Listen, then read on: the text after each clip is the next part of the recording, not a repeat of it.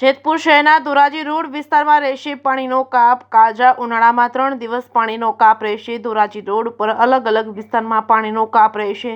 Dhoraji road ઉપર બની રહેલ ઓવરબ્રિજમાં પાણીની મુખ્ય લાઇન અડચણરૂપ થતી હોય પાણીની લાઇનને ટ્રાન્સફર કરવાની કામગીરી નગરપાલિકા દ્વારા કરવાની હોય। 3 દિવસ પાણીનો કાપ રહેશે। 11 એપ્રિલથી 14 એપ્રિલ સુધી પાણી વિતરણ બંધ રહેશે। જલારામનગર 1 થી જલારામનગર 3, કૃષ્ણનગર તેમજ આંબલિયાનગર, નીલકંઠ સોસાયટી, વૃંદાનગર, ચામુંડાનગર તેમજ વીરાશક્તિ તેમજ ગાયત્રી સ્કૂલ વિસ્તાર, જાગૃતિનગર તેમજ પટેલનગર તેમજ જીઆઈબી વિસ્તારમાં 3 દિવસ પાણીનું વિતરણ બંધ રહેશે। કાળઝાળ ઉનાળામાં ધોરાજી વિસ્તારના રહીશો 3 દિવસ માટે પાણી વગર રહેશે। નગરપાલિકા દ્વારા પાણીની લાઇનનું ટ્રાન્સફોર્મર પૂર્ણ થશે ફરી રાબેતા મુજબ શરૂ થશે પાણી વિતરણ। JKS ન્યૂઝ ગુજરાતી સાથે રાકેશ પીઠડિયા, જેતપુર।